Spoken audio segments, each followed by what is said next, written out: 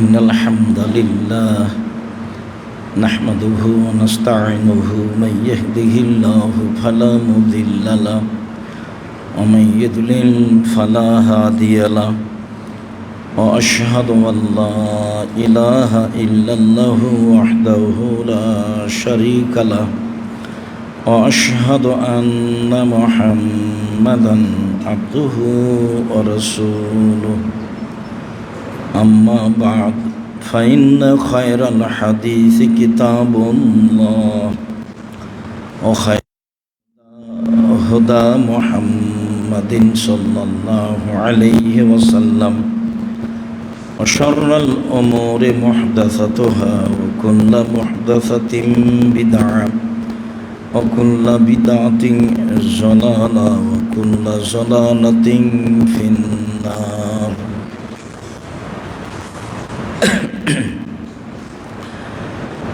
أعوذ بالله من الشيطان الرجيم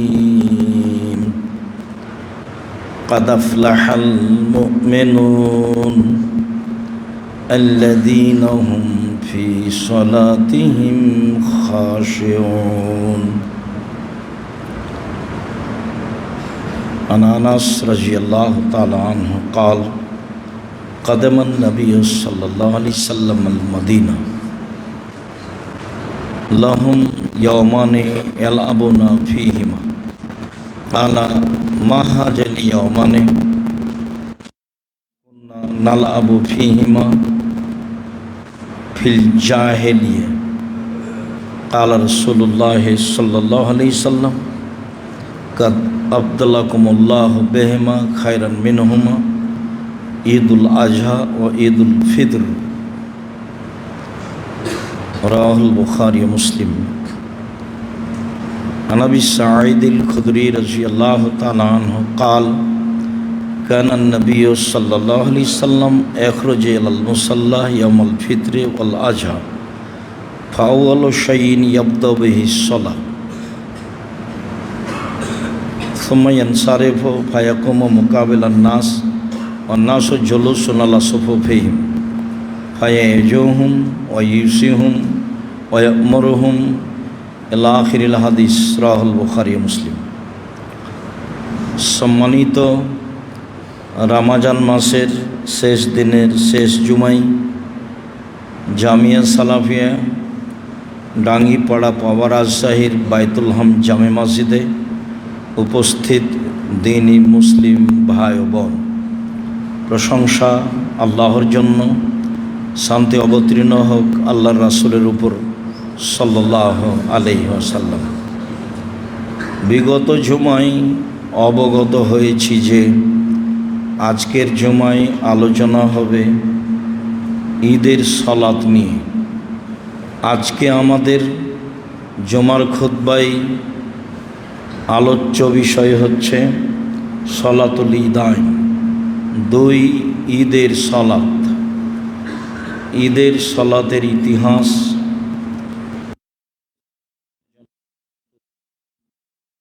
ঈদের জন্য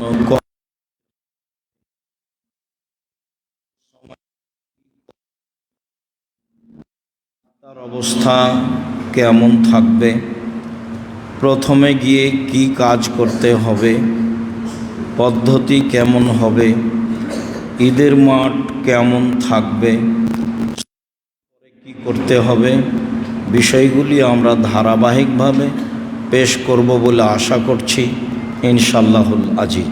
সম্মানিত দিনী ভাই বোন, ঈদের সালাতের ইতিহাসে বোঝা যায়, আনাস রাদিয়াল্লাহু তাআলা আনহু বলেন, আদেমান নবী সাল্লাল্লাহু আলাইহি সাল্লাম আল মদিনা, আল্লাহর নবী মোহাম্মদ সাল্লাল্লাহু আলাইহি সাল্লাম যখন মক্কা থেকে মদিনায় আসলেন তখন দেখলেন যে লাহুম ইয়াওমানে ইয়ালআবুনা ফীহিমা, তাদের জন্য দুইটা দিন রয়েছে, সেই দিনে তারা খেলাধুলা করে, আনন্দ করে।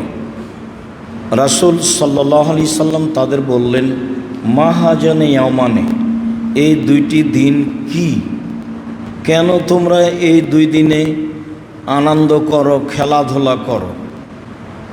কালু, তারা বলল, কুন্না নালআবু ফিহিমা ফিল জাহিলিয়া, আমরা জাহিলিয়াতের যুগে এই দুইটি দিনে খেলাধুলা করতাম, আনন্দ করতাম।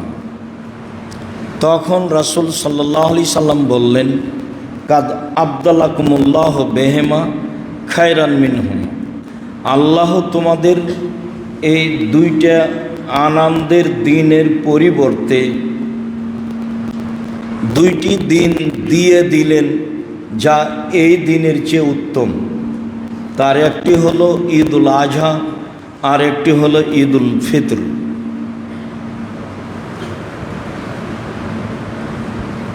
নবাইশা হুযাইলি রাদিয়াল্লাহু তাআলা আনহু বলেন,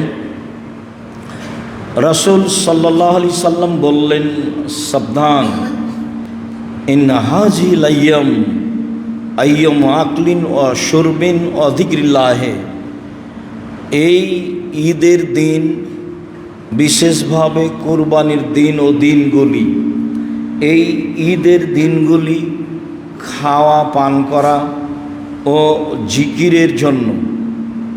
আনন্দ বলতে খাওয়া পান করা ও জিকির হিসাবে রাসূল সাল্লাল্লাহু আলাইহি সাল্লাম অন্য হাদিসে স্পষ্ট করেছেন। তিনি তাদেরকে প্রথমে বললেন যে এই দুইটি দিন কি? তারা উত্তরে বলল, জাহেলিয়াতের যুগে আমরা, মানে জাহেলিয়াতের যুগেও তাদের একটা নিয়ম কানুন ছিল। সেই নিয়ম কানুনে তাদের খেলাধুলার জন্য, আনন্দের জন্য দুইটা দিন ছিল। সেই দিন দুইটিতে তারা নিয়মিত এগুলো করত। রাসূল সাল্লাল্লাহু আলাইহি সাল্লাম বললেন, দেখো, তোমাদের ওই দিনের পরিবর্তে আল্লাহর নবী অন্য দুইটি দিন দিলেন যা ওই দুই দিনের চেয়ে উত্তম। তিনি বললেন না যে তোমাদের ওই দিনের সাথে আরও দুইটি দিন দিলেন, তাহলে তোমাদের থাকলো দুইটি আর আমি দিলাম দুইটি, তাহলে দুয়ে দুয়ে চার হলো। এইভাবে তিনি বললেন না, বললেন যে তোমাদের দিন দুইটিকে আরও ভালো দিনে পরিণত করা হয়েছে, যাতে তোমরা আনন্দ করবে, খাবে, পান করবে, জিকির করবে। খাওয়া পান করা, সিয়াম করা লাগবে না, না খেয়ে থাকা লাগবে না, কোনো ঝামেলা বহন করা লাগবে না। সেই দিন তোমরা খাবা, পান করবা আর জিকির করবা। এই হলো তোমাদের আনন্দের দিন এবং ওই দুই দিনের চেয়ে উত্তম। অত্র হাদিসে আরও প্রমাণ হয় যে কিয়ামত পর্যন্ত মানুষের দিন উদযাপন হিসাবে আর কোনো দিন বের হবে না, তৃতীয় দিন কোনো দিন হবে না। মানুষের যদি পালনীয় কোনো তৃতীয় দিন হতো তাহলে মক্কা বিজয়ের দিন হতো। মানুষের যদি কারো জন্মদিবস পালনীয় হতো তাহলে মুহাম্মদ সাল্লাল্লাহু আলাইহি সাল্লামের জন্মদিবস পালনীয় হতো। আনন্দ হিসাবে, উল্লেখযোগ্য হিসাবে যদি মানুষের কোনো দিন গ্রহণীয় হতো তাহলে অবশ্যই তা মক্কা বিজয়ের দিন হতো। যেহেতু আর কোনো দিন তৃতীয় দিন হিসাবে মক্কা বিজয়ের দিনও হয়নি, বা আনন্দের জন্য আর কোনো দিন দিন হিসাবে রাসূলের পক্ষ থেকে ঘোষণা হয়নি, বা গ্রহণযোগ্য দিন, উল্লেখযোগ্য দিন, ভাবার দিন আর কোনো দিন উল্লেখ হয়নি, কাজেই কিয়ামত পর্যন্ত আর কোনো দিন মুসলমানের জন্য তৃতীয় কোনো দিবস থাকবে না। তা পহিলা বৈশাখ হোক, 16ই ডিসেম্বর হোক, 26শে মার্চ হোক, 21শে ফেব্রুয়ারি হোক, জন্মদিবস হোক, মৃত্যু দিবস হোক, যে কোনো ভালো, যে কোনো জঘন্য দিন হোক না কেন, পৃথিবীতে কিয়ামত পর্যন্ত তৃতীয় আর কোনো দিন হবে না, মুসলমানের জন্য, অন্তত পৃথিবীর মুসলমানকে এই কথা মনে রাখা উচিত হবে। মানুষের সামাজিকতা যখন জাহেলিয়াতে পরিণত হয়, ওটাও তো একটা সমাজ, যেটাকে জাহেলিয়াত বলা হয়েছে। রাসূল সাল্লাল্লাহু আলাইহি সাল্লাম বিদায় হজে লম্বা এক ভাষণ দিলেন। ভাষণের এক পর্যায়ে বললেন, শোনো, কুল্লু আমরিন মিন জাহেলিয়া তাহতা কাদামাইয়া। জাহেলিয়াতের যুগের যত নিয়ম কানুন ছিল সব আমি আমার পায়ের নিচে রেখে দিলাম। সুদ জাহেলিয়াতের যুগের একটা নিয়ম। নারীদের এভাবে ঘোরা চলা জাহেলিয়াতের যুগের একটা নিয়ম। ও কথা আল্লাহ স্পষ্ট বলেছেন, ওয়ালা তাবাররুজনা তাবাররুজাল জাহেলিয়াতিল উলা। মহিলারা চলাফেরা করতে পাবে না জাহেলিয়াতের যুগের চলাফেরার মতো। তাহলে জাহেলিয়াতের যুগে মহিলাদের চলাফেরা একটা ছিল, যেটা আল্লাহ না করে দিলেন। আর জাহেলিয়াতের যুগে সুদ প্রথা ছিল, অনেক জাহেলিয়াতের নিয়ম আল্লাহর নবী না করে দিলেন, তার একটা জাহেলিয়াতের যুগের সুদকে না করে দিলেন। আরও 1 মিনিটের জন্য উল্লেখযোগ্য যে জাহেলিয়াতের যুগে মহিলাদের স্বামী মারা গেলে 1 বছর শোক পালন করতে হতো। বাড়ির পিছন দিকে একটা কুঁড়ে ঘর করে দেওয়া হতো, তার জন্য থাকতো একটা প্লেট ভিন্ন, যাকে আমরা গ্রামের বাড়িতে ছাই তোলা প্লেট বলি। চুলাতে প্লেট ঢুকে যে ছাই উঠানো হয়, ছাই তোলা প্লেট, ময়লাযুক্ত একটা গ্লাস এবং ময়লাযুক্ত কাপড় পরে তাকে থাকতে হতো 1 বছর। তার নাম ছিল শোক পালন, বুখারী মুসলিম। তারপরেও পবিত্র হওয়ার পদ্ধতি ছিল অতীব জঘন্য। তার আংশিক যে একটা গাধা তার সামনে নিয়ে যাওয়া হতো, সেই গাধার গায়ে এবং নিজের গায়ে গোবর ছিটিয়ে দিয়ে পবিত্র হতো। বাকি অংশ অন্য সময়ে। যে একজন মহিলাকে পবিত্র হওয়ার জন্য স্বামী মারা গেছে তাই পবিত্র হতে হবে, 1 বছর বাড়ির পিছনে ছাইতলা প্লেটে খাবে, ময়লাযুক্ত গ্লাসে পানি খাবে, ময়লাযুক্ত কাপড় পরে থাকবে, সেখানে তার সাথে কেউ থাকবে না, অন্য কেউ খাবার দিয়ে আসবে। তার জন্য হবে জীর্ণ শীর্ণ বাড়ির পিছনে একটি কুঁড়ে ঘর, প্রমাণে বুখারী মুসলিম। তার নাম জাহেলিয়াত। রাসূল সাল্লাল্লাহু আলাইহি সাল্লাম সেই জাহেলিয়াতকে তুলে দিয়ে বললেন, না, মহিলাদের স্বামী মারা গেলে তারা 4 মাস 10 দিন বাড়িতে থাকবে, গায়ে যে পোশাক আছে সেই পোশাকই থেকে যাবে। 4 মাস 10 দিন বিবাহ শাদী বসবো, এই প্রস্তুতিতে কোনো নতুন পোশাক পরতে পাবে না, নতুন কোনো গয়নাগাঁঠি পরতে পাবে না। স্বামী মারা গেলে গয়না খুলে ফেলতে হবে, এটা হিন্দুদের নীতি। পোশাক পরিবর্তন করতে হবে, হিন্দুদের নীতি। তবে অন্য কোথাও যেতে পাবে না, এ কথা আল্লাহ রসুল বলেছেন। সাজগোজ করতে পাবে না, এ কথা আল্লাহ রসুল বলেছেন। হ্যাঁ, নিরাপত্তা হিসাবে যেখানে স্বামী মারা গেছে সেখানে যদি তার নিরাপদ ব্যবস্থা না থাকে, তাহলে ছেলের বাসায় বা ভাইয়ের বাসায় বা নিরাপদ স্থানে গিয়ে অবস্থান করতে পারে। এরও প্রমাণে বুখারী মুসলিমের হাদিস রয়েছে।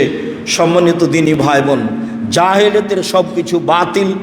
অতএব দিবস মানাও জাহেলিয়াত। দিবস মানা একটা জঘন্য, বর্বর, নিকৃষ্ট, ন্যাক্কারজনক জাহেলিয়াত। কেন আপনার ছেলের দিবস এইভাবে মানতে হবে? আগের দিন একটু খানা পানি করেন তো দেখি, সেই দিনে কি আছে? কে আপনাকে বলে দিল? কে বড় ক্ষতিগ্রস্ত বইয়ে অনেক দিন আগে বিস্তারিত লেখা হয়েছে। দেখুন, যারা কিছু বলে তারা তো জানে না, সুযোগ পেলেই আমাদের নামে জঙ্গি বলে কিছু বলে কথা। যারা আমাদের নামে জঙ্গি বলে, আমি তো মনে করি তার কাছে 0% জ্ঞান নেই এবং আমাদেরকে ও জানেও না। 2005 সালে আমি জঙ্গি বিরোধী বই লিখেছি, বইয়ের নাম কে বড় লাভবান। তাহলে সে কিভাবে বলতে পারে এই কথা? আর যারা মিডিয়ানে কাজ করে তাদের 1999 জনের আক্ষরিক জ্ঞান আছে, এটা আমি মনে করি না। 1999 জনকে আমি পশু প্রাণী মনে করি। কেননা কারো ব্যাপারে কিছু বললে তাকে তো জানতে হবে। ফেসবুক তোমার কাছে হাইকোর্ট জজ কোর্ট হয় কি করে? আর তুমি আলেম মানুষ, কে বলেছে তোমাকে আলেম মানুষ? আমি আব্দুর রাজ্জাক বিন ইউসুফ 1 মিনিটের জন্য আপনাকে আমি আলেম বলি না। আপনি মানুষের কথা ফেসবুকে লিখতে পারেন, আপনি তাকে জিজ্ঞাসা না করে আপনি কুকুর শ্রীগালের চেয়েও খারাপ। বুঝে না ওরা, অন্তর আছে বুঝে না, দেখে না ওরা, চক্ষু আছে দেখে না, শোনে না ওরা, কান আছে শোনে না। উলাইকা কাল আনাম, তারা পশু প্রাণীর মতো, তারা গরু ছাগলের মতো, তারা কুকুর শ্রীগালের মতো, বালহুম আজাল, বরং তার চেয়ে খারাপ। কারো ব্যাপারে মন্তব্য করতে হলে আগে জানতে হবে, জেনেই যদি সেটা দোষ ত্রুটি হয় তাহলে তাকে ঢাকতে হবে। এই কথা রাসূল সাল্লাল্লাহু আলাইহি সাল্লাম বলেন, আদেশ করেছেন। তিনি বলেছেন, মান সাতারা মুসলিমান সাতারাহুল্লাহু ফিদ দুনিয়া ওয়াল আখিরাহ। কেউ যদি কোনো দোষ মুসলমানের ঢেকে রাখে, আল্লাহ তার দোষ ত্রুটি ইহকালও ঢাকবেন, পরকালও ঢাকবেন। হাদিসে কুদসিতে এসেছে, বিচারের মাঠে আল্লাহ তাআলা একটা লোককে নিয়ে আসবেন, বাহু দিয়ে অন্তরাল করে নিয়ে ঢেকে নিয়ে বলবেন, তার আমলনামাটা তার সামনে পেশ করে, দেখো তো এগুলি কি তোমার আমল? না তোমার আমল, কাউকে দেখতে দিবেন না আল্লাহ। তখন বলবে, জি এগুলো আমারই কর্ম। আল্লাহ বলবেন, তুমি কি মনে করো আমার ফেরেশতারা অন্যায় লিখেছে? জি না, আমি মনে করি না যে অন্যায় লিখেছে, এগুলো ঠিকই আছে, এগুলো আমারই কর্ম। তাহলে তুমি কি আমাকে কিছু বলতে চাও? জি না, আমি আপনাকে কিছু বলতে চাই না। শোনো, তুমি মানুষের দোষ ত্রুটি ঢেকে রাখতে দুনিয়াতে, তাই আমি আল্লাহ মানুষে তুমি দোষ ত্রুটি ঢেকে রাখতে পারো, আমি আল্লাহ তোমার দোষ ত্রুটি বিচারের মাঠে ঢাকতে পারি না। যাও, তোমার পাপের বিচার হবে না, তুমি জান্নাতে চলে যাও। উপদেশ বইয়ের প্রথম আলোচনাতে হাদিস দেওয়া আছে, দেখেন। বই তো আপনার জন্যই লিখেছিলাম। কেনই বা পড়েন না? বা আপনার ভাই বোন পড়ে না, আত্মীয় স্বজন পড়ে না? জাতির যদি রাস্তাঘাট করে দিতে না পারি, জাতির যদি স্কুল কলেজ করে দিতে না পারি, জাতিকে চূড়ান্ত সঠিক ধর্ম দিতে পারবো ইনশাআল্লাহ। ধর্মের ব্যাপারে জাতিকে ফাঁকি দিয়ে পরকাল হারাতে রাজি নই, এবং কোনোদিনই যেটা অন্যায় সেটার কাছে মাথা নত করিনি। বাকি জীবন করব এরকম কোনো আশঙ্কা ভিতরে বিরাজ করে না। আল্লাহ সহযোগী। সম্মানিত দিনী ভাই বোন, পৃথিবীতে কিয়ামত পর্যন্ত কোনো দিন পালনীয় হিসাবে দিবস হবে না, অন্তত মুসলমান হিসাবে মনে রাখতে হবে, পালনীয় দিবসই শিরক। কেন আপনি পালন করবেন? রাসূল সাল্লাল্লাহু আলাইহি সাল্লাম তো না করে দিলেন। সম্মানিত দিনী ভাই বোন, ঈদের দিনের প্রস্তুতি। ঈদের দিনে কি নতুন পোশাক পরতে হবে? ঈদের দিনে কি গোসল করতে হবে? নতুন পোশাক, নতুন পোশাকে কিছু বোঝা যায় না। তবে ইমাম বুখারী একটি অধ্যায় উল্লেখ করেন, অত্তাজাম্মুল ফিহিমা। তাতে তিনি বলেন যে 2 ঈদে মানুষ সুন্দরতা অবলম্বন করতে পারে। তো সুন্দরতা কিভাবে অবলম্বন করা যাবে? সাজগোজ দিয়েই তো সুন্দরতা। তাহলে তো পোশাক পাতি চলেই আসলো। বিবরণে পোশাকের কথা আসে। ওমর রাদিয়াল্লাহু তাআলা আনহু আখাজা জুব্বাতান মিন ইস্তিবরাকিন, রেশমি একটা জুব্বা নিলেন, নিয়ে রাসূলকে বললেন, ইবতাহাজহি ওয়াতাজাম্মাল লিল ঈদে ওয়াল ওয়াফদে। এই রেশমি জুব্বাটা আপনি কিনেন, এইটা আপনি ঈদে ব্যবহার করবেন, ঈদের দিন, এবং আগন্তুকের সাথে সাক্ষাতের জন্য এটা ব্যবহার করবেন। বাহিরের কোনো মানুষ আসলে তার সাথে জীর্ণ শীর্ণ পোশাকে সাক্ষাৎ করা হবে না, ময়লা পোশাকে সাক্ষাৎ করা হবে না। আগন্তুকের সাথে ভালো পোশাকে, পরিষ্কার পরিচ্ছন্ন পোশাকে পরিপাটি হয়ে সাক্ষাৎ করতে হবে। এটাই ইসলাম, এটাই বুখারী মুসলিমের হাদিস। এবং 2 ঈদে সাজগোজ করতে হবে, ভালো পোশাক হতে হবে, এটাই ঠিক। পরিষ্কার হতে হবে, এটাই ঠিক। অত্র বুখারী মুসলিমের হাদিস প্রমাণ করে। তার অর্থ কি এই যে একাধিক জামা কিনতে হবে? তার অর্থ কি এই যে একাধিক স্যান্ডেল কিনতে হবে? কিনা যায়, কিন্তু এই প্রথার বিরোধিতা করার জন্য আমি আব্দুর রাজ্জাক বিন ইউসুফ এখন পর্যন্ত ঈদের জন্য কোনোদিন কোনো পোশাক আমি নিইনি। নেওয়া যায়, কিন্তু মানুষ যেটা করছে তাতে তো বাজার সামলাতে পারবে না। তখন দেখা যাবে মানুষ সব ইবাদত বাদ দিয়ে পোশাক পাতি তৈরিতে প্রস্তুত থাকবে, কারখানা চলতে থাকবে, সেলাই মেশিন চলতে থাকবে, দোকানপাট 12টা-1টা পর্যন্ত চলতে থাকবে, সারা রাত চলবে, সবাই ব্যস্ত থাকবে। তাহলে 10 মাস যা মানুষ ইনকাম করেছে 11 মাস এই রমজান মাসে সমান করে নেবে, তার চেয়ে বেশি বৈরূপ। তাহলে ইবাদত থাকবে কোথায়? এত প্রস্তুতি, এত খাওয়া, এত পোশাক, এত জুতা স্যান্ডেল, তাহলে আপনার ইবাদত থাকবে কোথায়? সম্মানিত দিনী ভাই বোন, সুন্দর হতে হবে পোশাক, পরিষ্কার হতে হবে, পরিপাটি হতে হবে, সাজগোজ হতে হবে, এইটাই ঠিক। গোসলও তার অন্তর্ভুক্ত। তবে ঈদের দিন গোসল করতে হবে, এর প্রমাণে স্পষ্ট বিবরণ দেখা যায় না। সাইদ ইবনে মুসাইয়াব বলেন, as-sunnatu lil fitri সালাসা, ঈদুল ফিতরের জন্য 3টে সুন্নাত ধরা যেতে পারে। ঈদুল ফিতরের জন্য 3টে সুন্নাত ধরা যেতে পারে। 1, আল মাশি আলাল মুসাল্লা, পায়ে হেঁটে ঈদের মাঠে যাওয়া। যদিও এখন সহজ নয়, এক সময় সবার জন্য সহজ ছিল, এখন প্রায় অনেকের জন্যই কঠিন পায়ে হেঁটে ঈদের মাঠে যাওয়া। 2, আকলো কাবলাল খরুজে, বের হওয়ার পূর্বে খাওয়া, মানে ঈদুল ফিতর যা পরে আসছে। 3, আল ইকতেসাল, গোসল। উনি বলতে চাচ্ছেন যে ঈদুল ফিতরের 3টে সুন্নাত ধরা যায়, তবে হাদিসে জুমার দিন গোসলের কথা এসেছে, 2 ভাবে এসেছে। একভাবে জুমার দিন গোসল করা গুরুত্বপূর্ণ সুন্নাত, একভাবে জুমার দিন গোসল করা ভালো। আবার এসেছে মানগাসালা ওয়াক্তাসালা, যে নিজে গোসল করলো, স্ত্রীকে গোসল করালো, মানে পারিবারিক বিষয়টি হওয়ার পরে নিজেরা 2 জনই গোসল করলো। অলাবেসামি নাহাসানে সিয়াবেহি, ভালো পোশাক পরিধান করলো। অমাসা মিন তিবিনিন কারা ইন্দাহু, আর সম্ভব হলে গায়ে আতর লাগালো।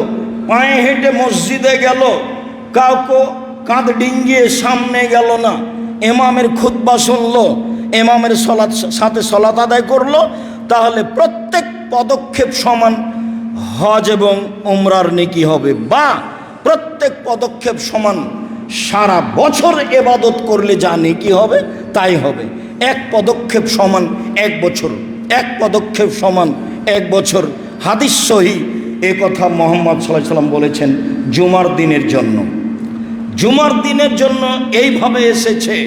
তবে ঈদের দিনে গোসল হিসাবে স্পষ্ট বিবরণ আসেনি। বিদ্বানগণ মনে করেন গোসল করা ভালো, আর সুন্দরতা সাজগোজ করলে তো গোসল করাই লাগে। আমাদের দেশে যেভাবে গরু ছাগলকে চাঁপাই নবাবগঞ্জে ঈদের দিনে গোসল করানো হয়। সম্মানিত দিনী ভাই বোন, বলছিলাম পোশাক, বলছিলাম গোসল।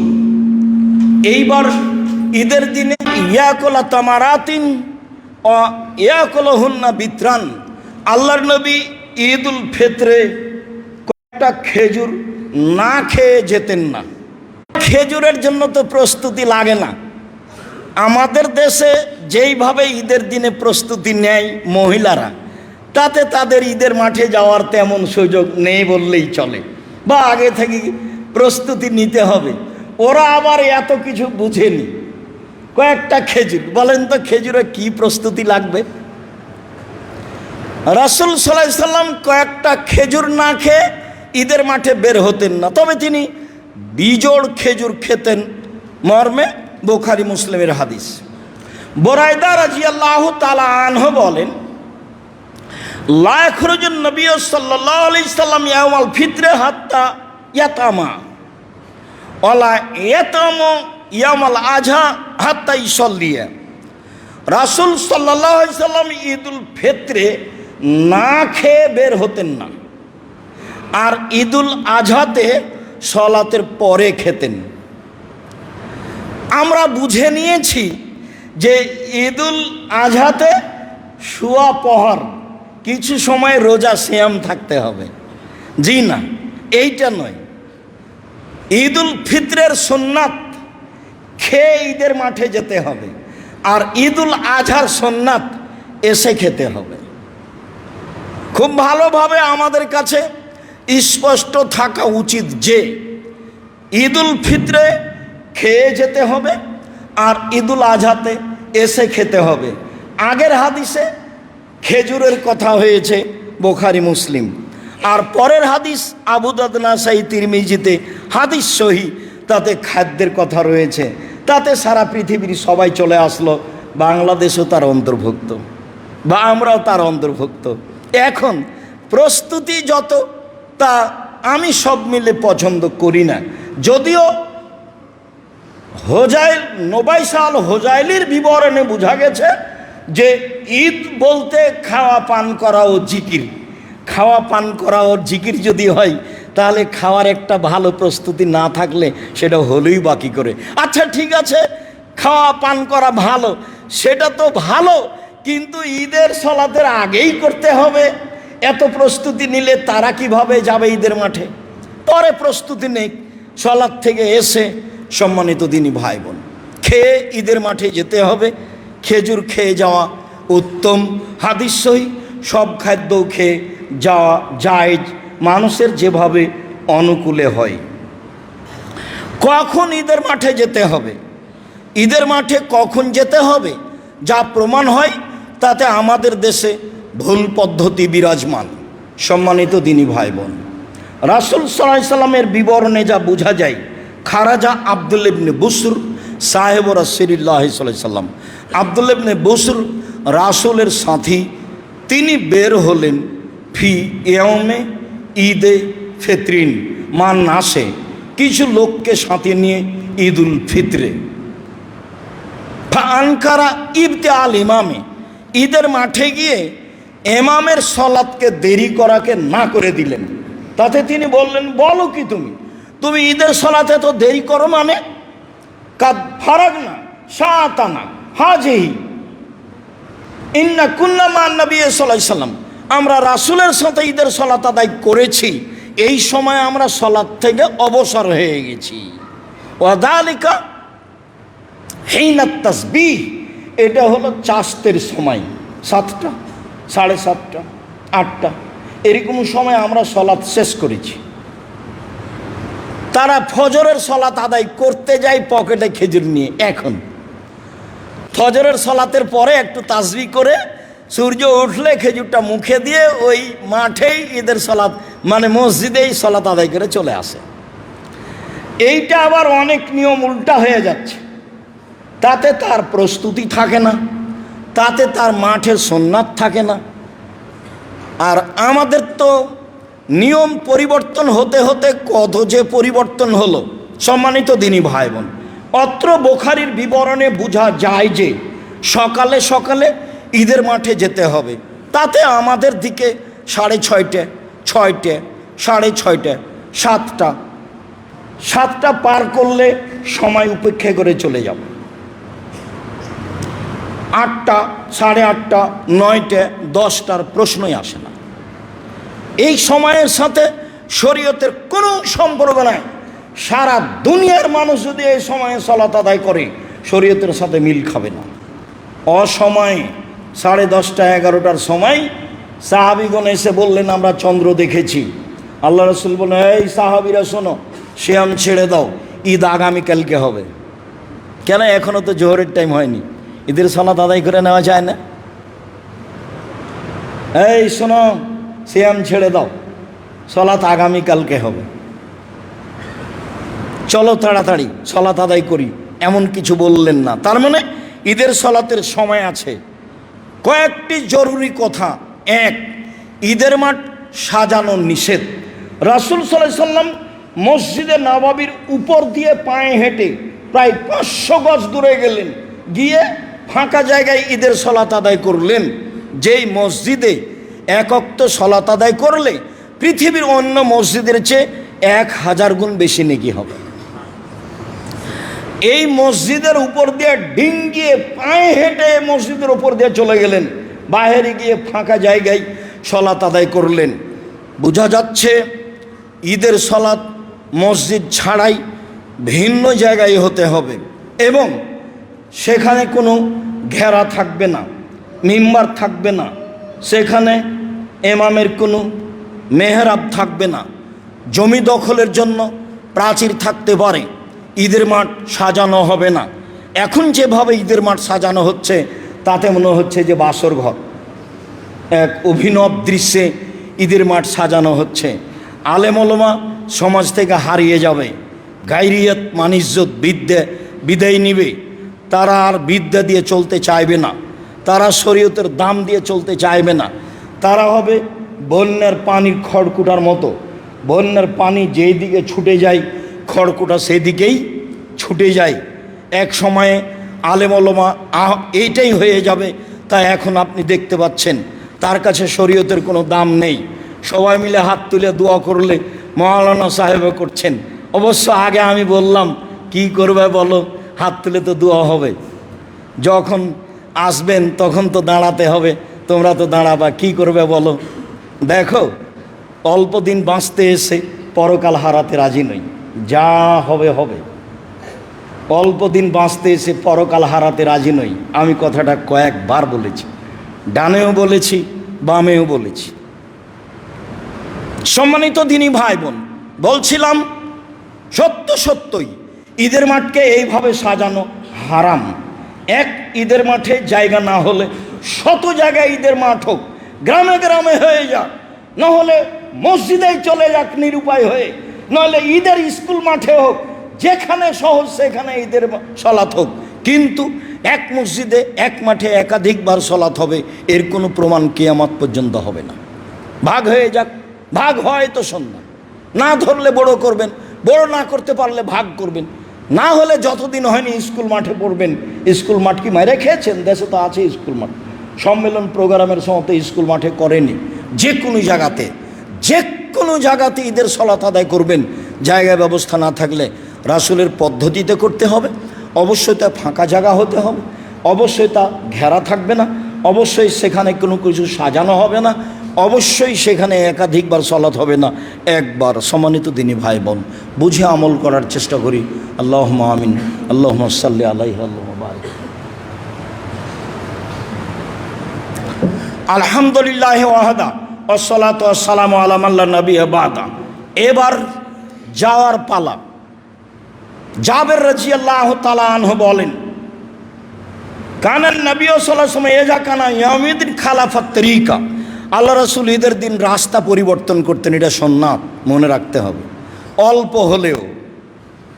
অল্প হলেও বাড়ি পর্যন্ত যাওয়াতে এক রাস্তায় এসেছেন আর এক রাস্তায় যাবেন। যেমন এখানে এই কালভেটটা পার হওয়ার পরে এসেছেন এক দিক দিয়ে, যাবেন আর এক দিক দিয়ে, তাহলে তো দুই রাস্তা হলো। সুন্নাত পালন করার চেষ্টা করবেন। হাদিস বুখারী মুসলিম। ইমাম ইবনু শিহাব জোহরি বলেন, কানান নাস ইকাব্বিরুনা হিনা ইয়াখরুজুনা মিন মানাজিলিহিম। ঈদুল ফিত্রে বের হওয়ার সময় মানুষ তাকবীর পাঠ শুরু করত যখন তারা বাড়ি থেকে বের হতো, হাত্তা ইয়াতুল মুসাল্লা, ঈদের মাঠে আসা পর্যন্ত, হাত্তা ইয়াখরুজাল ইমাম বের হওয়া পর্যন্ত। ওয়াইজা খারাজাল ইমামু সাকাতু, যখন ইমাম বের হয়ে যেতেন তখন সবাই চুপ হয়ে যেত।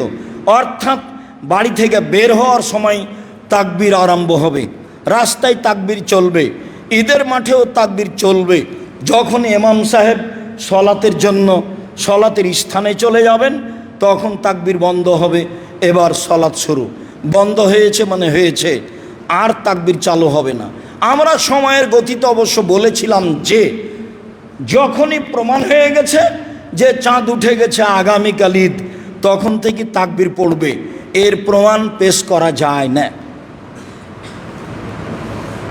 ঈদুল ফিত্রের তাকবীর বের হওয়া থেকে নিয়ে ইমামের সালাত শুরু পর্যন্ত, ঈদের সালাতের তাকবীর ইমামের বের হওয়া থেকে নিয়ে, বাড়ি থেকে বের হওয়া থেকে নিয়ে ইমামের সালাত পর্যন্ত। তবে ঈদুল আজহা, ঈদুল আজহার তাকবীর জুলহিজ্জার 1 তারিখ থেকে নিয়ে 13 তারিখ পর্যন্ত এক টানা। এখরজ আব্দুল্লাহ ইবনে উমর ও আবু হুরায়রা এলা সুকে ফি ইয়ামিল আসরে, আব্দুল্লাহ ইবনে উমর এবং আবু হুরায়রা রাদিয়াল্লাহু তাআলা আনহু তারা বাজারের দিকে যেতেন। ওয়াইকাব্বিরানে, তারা দুজন তাকবীর পাঠ করতেন। উইকাব্বিরু নাসবে তাকবীরে হেমা, তাদের তাকবীর শুনে জনগণও তাকবীর পাঠ করতেন। আইয়ামে তাশরিকের কথাও এসেছে আব্দুল্লাহ ইবনে মাসউদ আন্নাহু কানা ইউকাব্বিরু ফি আইয়ামিত তাশরিকে, আব্দুল্লাহ ইবনে মাসউদ আইয়ামুত তাশরিক, ঈদের পরের 3 দিন, ঈদুল আজহার পরের 3 দিন তাকবীর পাঠ করতেন। তার মুখ থেকে যে তাকবীর উল্লেখ হয়েছে সেটাই মূলত তাকবীর। বলা হচ্ছে তিনি বলতেন আল্লাহু আকবার, আল্লাহু আকবার, লা ইলাহা ইল্লাল্লাহ, আল্লাহু আকবার, আল্লাহু আকবার, ওয়ালিল্লাহিল হামদ। হাদিস সহিহ। আব্দুল্লাহ ইবনে মাসউদ থেকে এইটুকুই প্রমাণ পাওয়া যায়। অতএব ঈদুল ফিতরে এই তাকবীর হবে বাড়ি থেকে বের হয়ে সালাত শুরু হওয়া পর্যন্ত, আর ঈদুল আজহাতে হবে জুলহিজ্জার 1 তারিখ থেকে নিয়ে 13 তারিখ আসরের সালাত পর্যন্ত এক টান সব সময় চলবে এই তাকবীর। যেটা আমরা শুনেছি যে আল্লাহু আকবার কবীরা, আলহামদুলিল্লাহ কাসীরা, সুবহানাল্লাহি বুকরাতা ওয়া আসীলা, এর স্পষ্ট আমরা প্রমাণ করতে পারিনি।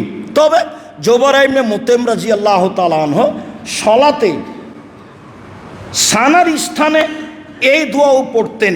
আমরা পড়ি বায়েদ বাইনি, আরও আছে, তবে তিনি এই দোয়া পড়তেন। তিনি সূরা ফাতিহা পড়ার পূর্বেই আল্লাহু আকবারের পরে বলতেন আল্লাহু আকবার কবীরা, আল্লাহু আকবার কবীরা, আল্লাহু আকবার কবীরা, আলহামদুলিল্লাহি কাসীরা, আলহামদুলিল্লাহি কাসীরা, আলহামদুলিল্লাহি কাসীরা, ও সুবহানাল্লাহি বুকরাতা ওয়া আসীলা, ও সুবহানাল্লাহি বুকরাতা ওয়া আসীলা, ও সুবহানাল্লাহি বুকরাতা ওয়া আসীলা। এইটা পাওয়া যায়। সালাত থেকে বের করে নিয়ে যদি তাকবীর হিসাবে মানুষ পড়তে চায় তাহলে এইভাবে পড়তে হবে, আল্লাহু আকবার কবীরা, আলহামদুলিল্লাহি কাসীরা, সুবহানাল্লাহি বুকরাতা ওয়া আসীলা। এটা প্রমাণ করা যাবে না। তবে এইটাও তাকবীর, সালাতের মধ্যে থেকে বের করে নিয়ে এসে আমরা তাকবীর হিসাবে এটা বের করতে পারি। এছাড়া আমরা বলতে পারি আল্লাহ লা ইলাহা ইল্লাল্লাহ, আল্লাহু আকবার, সুবহানাল্লাহি ওয়া আলহামদুলিল্লাহি ওয়া লা ইলাহা ইল্লাল্লাহ, আল্লাহু আকবার।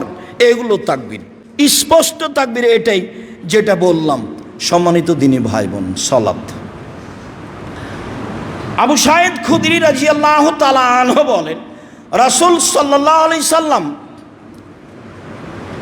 ঈদুল ফিতর এবং ঈদুল আজহায় ঈদের মাঠে আসতেন। ফাওয়াল শাইন ইয়াবদা বিহি সালাত, ঈদের মাঠে এসে যেটা প্রথম করতেন সেটা হলো সালাত। ঈদের মাঠে সালাতের পূর্বে কারো বক্তব্য চলবে না, সে যেই হোক না কেন, এমপি মন্ত্রী যেই হোক, কারো বক্তব্য চলবে না, সব নাজায়েজ হারাম। আব্দুল মালিক ইবনে মারওয়ানের বক্তব্য জনগণ শুনত না। তখন উনি বলতেন যে আমার বক্তব্য শুনবা না তো সালাতের আগেই বক্তব্য দেব। তো সালাতের আগে মিম্বারে উঠেছে, তখন আবু সাঈদ খুদরি তার হাত ধরে টানে বলছে এই না, সালাতের আগে বক্তব্য কেন? ইনি হচ্ছেন দেশের আমির, দেশের সরকার, উনি হচ্ছেন সাহাবী, হাত ধরে টেনে নামিয়ে দিচ্ছেন। তখন নেতা বলছেন আমি যেটা জানি তুমি সেটা জানো না, তাহলে তোমার জানার প্রয়োজন নাই, আমি যেটা বলছি সেটাই, তুমি যদি না নামো তাহলে আমি ঈদের মাঠেই থাকবো না। উনি ঈদের মাঠেই থাকেননি, চলে গেছেন, তো সরকার। যেখানে রাসূলের সুন্নাত নাই সেখানে আমি আবু সাঈদ খুদরি নেই। যার কথা গত জুমায় বলছেন যে দুলিয়া একদিকে হয়ে গেল, আমি মুআবিয়ার কথা মানব না, শস্যই দিতে হবে, এক সাই দিতে হবে, শস্যই দিতে হবে, এক সাই দিতে হবে। কিয়ামত পর্যন্ত আমি মুআবিয়ার কথা মানব না, মুআবিয়ার আমি মূল্য হিসাব গ্রহণ করি না, আমি সেটা মানি না। সম্মানিত দ্বীনী ভাই বোন, চিরদিন বেদাতের বিরুদ্ধে লড়ে গেছেন আবু সাঈদ খুদরি রাদিয়াল্লাহু তাআলা আনহু। আবু সাঈদ খুদরি রাদিয়াল্লাহু তাআলা আনহু বলেন আল্লাহর নবী ঈদের মাঠে আসলেন, মানুষের সাথে সালাত আদায় করলেন। এবার তিনি মানুষের মুখামুখি দাঁড়ালেন, মানুষ সবাই নিজ নিজ লাইনে বসে থাকলো। তিনি মানুষকে উপদেশ দিলেন। উপদেশ, মানুষকে উপদেশ দেওয়াতে তিনি কিছু আদেশ করলেন, কিছু নসিহত করলেন। অন্য বর্ণনায় এসেছে, দুইটাই বর্ণনায় আবু সাইদ খুদরির বিবরণে, মানুষের কাছে উপদেশ দেওয়ার পরে ফাআতান নিসা ফামার আলান নিসায়ে, তিনি মহিলাদের কাছে আসলেন। মহিলাদের কাছে এসে এক বর্ণনায় এসেছে ফা আমারা ওয়াজাহুন্না, তিনি তাদের উপদেশ দিলেন, তাদের নসিহত করলেন। ও আমারা তা সাদাকা, এবং তাদের সাদকা করতে বললেন, দান করতে বললেন। আমি আবু সাইদ খুদরি দেখলাম রায়তহুন্না, মহিলাদেরকে আমি দেখলাম ইহুবিনা এলা আদানেহিন্না ও হলুকেহিন্না, রাসূলের কথা শুনে তাদের হাতকে কানের দিকে নিয়ে যাচ্ছে এবং গলার দিকে নিয়ে যাচ্ছে। তারা কান থেকে তাদের গয়না খুলে এবং গলা থেকে তাদের গয়না খুলে হস্তান্তর করলো বেলাল রাদিয়াল্লাহু তাআলা আনহুর কাছে। বেলাল রাদিয়াল্লাহু তাআলা আনহু সেগুলো কাপড়ে উঠিয়ে নিয়ে চলে গেলেন, আল্লাহ রাসূল চলে গেলেন। বিবরণ যিনি পেশ করছেন আবু সাইদ খুদরি, তিনি এইভাবে বলছেন। অন্য এক বর্ণনায় এসেছে, তিনি বলছেন, মহিলারা শোনো, তোমাদের যদি টাকা না থাকে তাহলে তোমাদের গয়না হলেও দান করে জাহান্নাম থেকে বাঁচো। বুখারী মুসলিমের এই হাদিস যেটা পরে বলতে চাচ্ছি, সেই হাদিসে আবু সাইদ খুদরি বলেন, রাসূল সাল্লাল্লাহু আলাইহি ওয়াসাল্লাম বললেন মহিলাদের সামনে এসে, ইয়া মাশারান নিসা, হে মহিলারা শোনো, তাসাদ্দাক না, তোমরা দান করো, ফাইন উরিতুকুন্না আকসারা আহলিন নারে, আমি তোমাদেরকে অধিকাংশ দেখি জাহান্নামে। জাহান্নাম বলতে নারী আর নারী, জাহান্নামের অধিকাংশ মানুষই নারী। জাহান্নাম বলতে নারী আর নারী, জাহান্নামের অধিকাংশ মানুষই নারী। তোমরা জাহান্নাম থেকে বাঁচার জন্য দান করো, দান করেই জাহান্নাম থেকে বাঁচতে পারো। অত্র বুখারী মুসলিমের হাদিসে ঘোষণা আল্লাহ রাসূল এভাবে বললেন। একজন মহিলা বলে উঠল, কেন আমরা বেশি জাহান্নামে যাব কেন? মদিনার মহিলারা রাসূলের সামনে কথা বলতেন, কেন যাব? তখন আল্লাহ রাসূল তিনটা কারণ উল্লেখ করলেন। এক,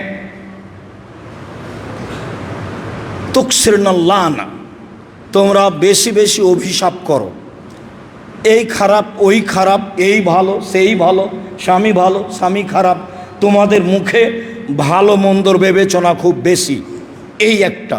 দুই, তাকফরনাল আশিরা, স্বামীকে মেনে চলো না। একটু যদি তোমার সাথে মন্দ কিছু হয় তাহলে সারা জীবনকে তুমি উল্টিয়ে দাও, দিয়ে বলো যে তোমার সংসারে কোনোদিন আমি সুবিধা দেখিনি, তোমরা স্বামীর শুকরিয়া আদায় করতে পারো না, এই জন্য তোমাদের অধিকাংশই নারী জাহান্নামে যাবে। তিন, মারাইতু মিন নাকিসা তাকলিন দ্বীনিন আযহাবাল রুব্বিল রাজুলিল হাজিম, আমি দেখিনি তোমাদের চেয়ে কাউকে যে বুদ্ধিমানের বুদ্ধিকে নষ্ট করতে পারে। তোমরাই হাসি দিয়ে বুদ্ধিমানের বুদ্ধিকে নষ্ট করতে পারো, তোমরা কথা বলেই বুদ্ধিমানের বুদ্ধিকে নষ্ট করতে পারো। ভুলেও কখনো তাদের ফাঁদে পড়বেন না, নিজেও হারাবেন, মান সম্মানও হারাবে, চাকরি বাকরিও হারাবে, অর্থ সম্পদও হারাবে, বংশের মান সম্মান হারাবে। সাবধান থাকবেন। রাসূল সাল্লাল্লাহু আলাইহি সাল্লাম তাদের ব্যাপারে আপনাকে খুব সতর্ক করেছেন। তিনি তিনটা কারণ উল্লেখ করেছেন নারীরা বেশি জাহান্নামে যাবে তার। এক, তাদের মুখে বিবেচনা বেশি। দুই, স্বামীকে অমান্য করা বেশি। তিন, তারা পুরুষ মানুষকে ভুল পথে নিয়ে যেতে পারে বেশি। এই তিনটা কারণ আল্লাহ রাসূল উল্লেখ করেছেন, হাদিস বুখারী মুসলিম। সম্মানিত দিনী ভাই বোন, উম্মু আতিয়া রাদিয়াল্লাহু তাআলা আনহা বলেন, রাসূল সাল্লাল্লাহু আলাইহি সাল্লাম আমাদেরকে আদেশ করেছেন যে মহিলাদেরকে ঈদের মাঠে যেতে হবে, সবাইকেই যেতে হবে দুই ঈদেই, এমনকি যারা ঋতুবতী তাদেরকেও যেতে হবে, এমনকি যারা যুবতী তাদেরকেও যেতে হবে। ইয়াসহাদনা জামাতাল মুসলিমিনা দাওয়াতাহুম, তারা ঈদের মাঠে জামাতে উপস্থিত হবে, তাদের দোয়াতে উপস্থিত হবে। তাদের দোয়া কি? তাহলে কি হাত তুলে দোয়া নাকি? এক শ্রেণীর মৌলানা 2-4-10-20 বছর আগে ধরে নিয়েছিল এই যে হাত তুলে দোয়া, অথচ কোনো দিন দেখেনি যে আসলেই কি এটা হাত তুলে দোয়া। বিদ্যা নিয়ে হঠাৎ করে কি হাদিস মানুষের উপরে পড়ে গেল? না, আজ 1450 বছর থেকে এই হাদিস মানুষের উপরে চলে আসছে। মানুষ একটু দেখলেই তো হয়, দোয়াতে শরীক হবে মানে বক্তব্যে শরিক হবে, বক্তব্য শুনবে, দুয়াতে শরিক হবে, মানে তারাও বলবে আল্লাহু আকবার, আল্লাহু আকবার, লা ইলাহা ইল্লাল্লাহ, আল্লাহু আকবার, আল্লাহু আকবার, ওয়ালিল্লাহিল হামদ। মুসলিম গ্রন্থে এসেছে ইউকাব্বিরনা মা'আন নাসে, তারা মানুষের সাথে তাকবীর পাঠ করবে, এই যে দুয়াতে শরিক হবে, সবাই যাবে। ঋতুবতীরা সালাত আদায়ের সময় ভিন্ন হয়ে থাকবে, সব নারীকেই যেতে হবে। শুধু কিছু কিছু এলাকায় বা ঢাকায় কিছু মসজিদে মহিলাদের ব্যবস্থা আছে। আমরা চাঁপাইনবাবগঞ্জে বড় বড় আলেমের অবস্থা দেখেছি, মহিলাদের মাঠের ব্যবস্থা নেই, মহিলাদের ইমামতিতে তারা মসজিদে ঈদের সালাত আদায় করে নেয়। মহিলাদের ইমামতিতে ঈদের সালাত হবে না, মহিলাদের ইমামতিতে জুমার সালাত হবে না, মহিলাদের ইমামতিতে ঈদের সালাত হবে না, মহিলাদের ইমামতিতে জুমার সালাত হবে না, মহিলাদের ইমামতিতে ঈদের সালাত আদায় করা, জুমার সালাত আদায় করা বিদাত এবং শরীয়ত বিরোধী পরিপন্থী কাজ। তাদেরকে ঈদের মাঠেই যেতে হবে, যেতেই হবে। মাঠে জায়গা না থাকলে মানুষের জমিতে দাঁড়াবে, রাস্তায় দাঁড়াবে, যেতেই হবে, যেতে বাধ্য। একজন মহিলা বলল, আল্লাহ রাসূল এহেদানা লাইসা লাহা জিলবাব, আমাদের তো অনেকের এরকম কেউ আছে যার চাদর নাই, তো কেমনে যাবে? চাদর না থাকলে বাড়িতে যেতে পারে, বাইরে যেতে পারে? তখন আল্লাহ রাসূল বলছেন লেতুল বেসা সাহেবা তোহা মিন জিলবাবেহা, আর একজন সঙ্গী যেন তার চাদর তাকে দিয়ে দেয়। তার মানে চাদর চেয়ে নিয়ে যেতে হবে। নেন, হাদিস তো বুখারী মুসলিম। গায়ের কাপড় না থাকলে আর একজনের কাপড় চেয়ে নিয়ে যেতে হবে এবং তাকে কাপড় দিতে হবে, এটাও হাদিস বুখারী মুসলিম। মহিলাদেরকে ঈদের মাঠে যেতেই হবে। রাসূল সাল্লাল্লাহু আলাইহি সাল্লাম ঈদের মাঠে গিয়ে 2 রাকাত সালাত আদায় করতেন। আব্দুল্লাহ ইবনে আব্বাস বলেন, কানে নবী সাল্লাল্লাহু আলাইহি সাল্লাম ইসাল্লি রাকাতাইনে লা ইসাল্লি কাবলাহুমা ওয়া লা ইসাল্লি বাদাহুমা। ঈদের মাঠে 2 রাকাত সালাত, ঈদুল আজহা, ঈদুল ফিতর 2 রাকাত। আগেও তিনি পড়েননি সালাত, পরেও তিনি পড়েননি সালাত। তবে যদি ঈদের সালাত মসজিদে হয় তাহলে আপনি বুঝতে পাবেন না 2 রাকাত আদায় না করে, ওটা হলো মসজিদের হক, ওটার ঈদের সাথে কোনো সম্পর্ক নেই। মনে রাখা ভালো হবে যে কোনো কারণবশত যদি ঈদের সালাত মসজিদে হয় তাহলে মসজিদের হক হিসাবে 2 রাকাত পড়ে বসে থাকতে হবে। ঈদের মাঠে আগে কোনো সালাত নেই, পরে কোনো সালাত নেই, মাত্র 2 রাকাত সালাত। কাসির ইবনে আব্দুল্লাহ বলেন যে কানান নবী সাল্লাল্লাহু আলাইহি সাল্লাম ইউকাব্বিরু, আল্লাহ রাসূল ঈদের সালাতে তাকবীর বেশি পড়তেন। ফিল উলা সাহাবা তাকবীরাতিন কাবলাল কেরাতে, প্রথম রাকাতে কেরাতের পূর্বে 7 তাকবীর, মোট 7।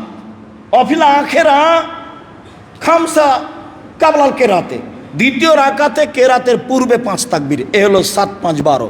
এটাই ঠিক, সব মিলে এটাই ঠিক। 7 5 12, কেরাতের পূর্বে 7, পরের রাকাতে কেরাতের পূর্বে 5, 7 5 12। 6 তাকবীরে ঈদের সালাত আদায় করার কোনো প্রমাণ আমরা এ যাবৎ পেশ করতে পারিনি। যদিও ভারত, বাংলাদেশ, পাকিস্তানের শতকরা 90 জন বা 95 জন মানুষ 6 তাকবীরে ঈদের সালাত আদায় করছে, 12 তাকবীরের সহি হাদিস থাকা সত্ত্বেও। যেহেতু যখন মানুষ মাযহাবের কবলে পড়ে যায় তখন সেখান থেকে বের হয়ে আসা মান সম্মানের ব্যাপার থাকে, তখন কত দলিল পেশ করে যায় যে তার কোনো হিসাব থাকে না। এই সহি হাদিসকে মেনে নেওয়ার মানসিকতা থাকে না। সম্মানিত দিনী ভাই বোন, 12 তাকবীরেই ঈদের সালাত হবে, 7 5 12, অবশ্যই তা কেরাতের পূর্বে হবে। ওয়াইল ইবনে হুজুর রাদিয়াল্লাহু তাআলা আনহু বলেন, কানা নবী সাল্লাল্লাহু আলাইহি সাল্লাম ইয়ারফা ইয়াদাইহি মা তাকবীরে, আল্লাহ রাসূল ঈদের তাকবীরে হাত উঠাতেন। সব তাকবীরে হাত উঠাতে হবে, এটাই ঠিক। অতিরিক্ত তাকবীরে হাত উঠাতে হবে, এটাই ঠিক। অতিরিক্ত তাকবীরে হাত উঠাতে হবে, এটাই ঠিক। সম্মানিত দিনী ভাই বোন, সামরা ইবনে জুনদুব রাদিয়াল্লাহু তাআলা আনহু বলেন, কানা নবী সাল্লাল্লাহু আলাইহি সাল্লাম ইয়াকরাউ ফির রাকাতাইনে সাব্বিহ ইসমা রাব্বিকাল আলা ওয়া হালাতাকা হাদিসুল গাশিয়া। আল্লাহ রাসূল 2 রাকাতেই সূরা আলা আর সূরা গাশিয়া পড়তেন। প্রথম রাকাতে সূরা আলা আর দ্বিতীয় রাকাতে সূরা গাশিয়া। এই 2টা সূরাই পড়া হচ্ছে ঈদের সালাতের জন্য সুন্নাত। সম্মানিত দিনী ভাই বোন, আমরা আপনাদেরকে আলোচনার শেষে এসে আবারও বলছি, আল্লাহ রাসূল ঈদের মাঠে সবাকি দানের কথা বলতেন। আজকে আমরা ঈদের সালাতের পরে 2 একটা কথা বলবো। এখন আপনাকে বলে রাখছি যে জামিয়া সালাফিয়ায় ঈদের সালাত হয় আমরা জানি, রাসূল সাল্লাল্লাহু আলাইহি সাল্লামের পদ্ধতিতেই হয়। আমি যখন তখন বলছি, যে কোনো স্থানে বলছি, এদেশের শিরক মুক্ত প্রতিষ্ঠান জামিয়া সালাফিয়া, বিদআত মুক্ত প্রতিষ্ঠান জামিয়া সালাফিয়া, দল মুক্ত প্রতিষ্ঠান জামিয়া সালাফিয়া, সংগঠন মুক্ত প্রতিষ্ঠান জামিয়া সালাফিয়া, হিংসা মুক্ত প্রতিষ্ঠান জামিয়া সালাফিয়া, দেশের সর্ববৃহৎ প্রতিষ্ঠান জামিয়া সালাফিয়া। রাসূলের পদ্ধতিতে ঈদের সালাত আদায় করার লক্ষ্যে অবশ্যই আগামীকালকে 7:30টায় না 7:15টায় 7:30টায় উপস্থিত হওয়ার চেষ্টা করবেন। পরবর্তীতে এই সময় থেকে আমরা ফিরে আসার চেষ্টা করব, 7টায় করার চেষ্টা করতে হবে। আমরা কিছুটা লসের মধ্যে চলে যাচ্ছি হাদিসের বিবরণ অনুযায়ী। সম্মানিত দিনী ভাই বোন, বাকি কথা ওখানে বলে নিব। আর আমরা সবাই জাহান্নাম থেকে বাঁচার লক্ষ্যে আজকেও সালাত আদায় শেষে কোটাতে 10 টাকা হোক, 1000 টাকা হোক, 500 টাকা হোক, 500 টাকা, নাহলে একটা কয়েন হোক। কয়েন বুঝেন না? কয়েন মানে আপনার পাশ দিয়ে কোটের যেন খালি না যায়। আর আগামীকালকে ঈদের মাঠে আসবেন, আত্মীয় স্বজন বন্ধু বান্ধব সবকে বলে আসবেন, মা চাচি খালা ফুবু সবাইকে নিয়ে আসবেন। বিশাল মাঠ, মহিলা পুরুষের রাসূলের পদ্ধতিতে সালাত হবে এবং সবাই একটা কয়েন হলেও দান করার খেয়ালে থাকবেন। আল্লাহ রাসূল বলছেন, আল ইয়াদুল উলিয়া খায়রুম মিন ইয়াদিস সুফলা, দেওয়া হাত ভালো নেওয়া হাতের চেয়ে। আপনার স্ত্রী 10 টাকা দিল, এটা হলো দেওয়া হাত, নেওয়া নয়। বুখারী মুসলিমের হাদিস, দেওয়া হাত ভালো নেওয়া হাতের চেয়ে। আর রাসূল সাল্লাল্লাহু আলাইহি সাল্লাম বললেন, পৃথিবীর মানুষ বিচারের মাঠে সামনাসামনি কথা হবে আল্লাহর, তখন মানুষ ডান দিকে দেখবে, কর্ম দেখতে পাবে, বাম দিকে দেখবে, কর্ম দেখতে পাবে, সামনের দিকে দেখবে, জাহান্নাম দেখবে। তখন আল্লাহ রাসূল বললেন, জাহান্নাম থেকে বাঁচো, খেজুরের বীজের উপরে সাদা ছিলকা পদার্থ আছে, এই পরিমাণ দান করে হলেও। জাহান্নাম থেকে বাঁচো, খেজুরের বীজের উপরে যে সাদা ছিলকা পদার্থ আছে, এই পরিমাণ দান করে হলেও। মহিলারা দান করেই জাহান্নাম থেকে বাঁচতে পারে। রাসূল সাল্লাল্লাহু আলাইহি ওয়াসাল্লাম ঘোষণা দিয়েছেন ঈদের মাঠে, আল্লাহ তুমি আমাদেরকে রাসূলের পদ্ধতি অনুযায়ী ঈদের সালাত, সিয়াম, ফিতরা বাস্তবায়ন করার তৌফিক দান করো। তোমার দরবারে এই জোরালো দাবি দেওয়া রেখে যারা মারা গেছে তাদের ব্যাপারে বলি, তুমি তাদের কবরের শাস্তি মাফ করো। যারা অসুস্থ তুমি তাদের আরোগ্য দান করো। যারা আমরা বেঁচে আছি তুমি তাদেরকে তোমার রাসূলের পদ্ধতি অনুযায়ী চলার তৌফিক দান করো। তোমার রাসূলের পদ্ধতিতে ঈদের সালাত, জুমার সালাত সব ইবাদত করার তৌফিক দান করো। তোমার দরবারে এই জোরালো দাবি দেওয়া দোয়া রেখে আজকের জুমার খুতবা এখানে শেষ করলাম। আল্লাহুম্মা সাল্লি আলাইহি, আল্লাহুম্মা বারিক আলাইহি।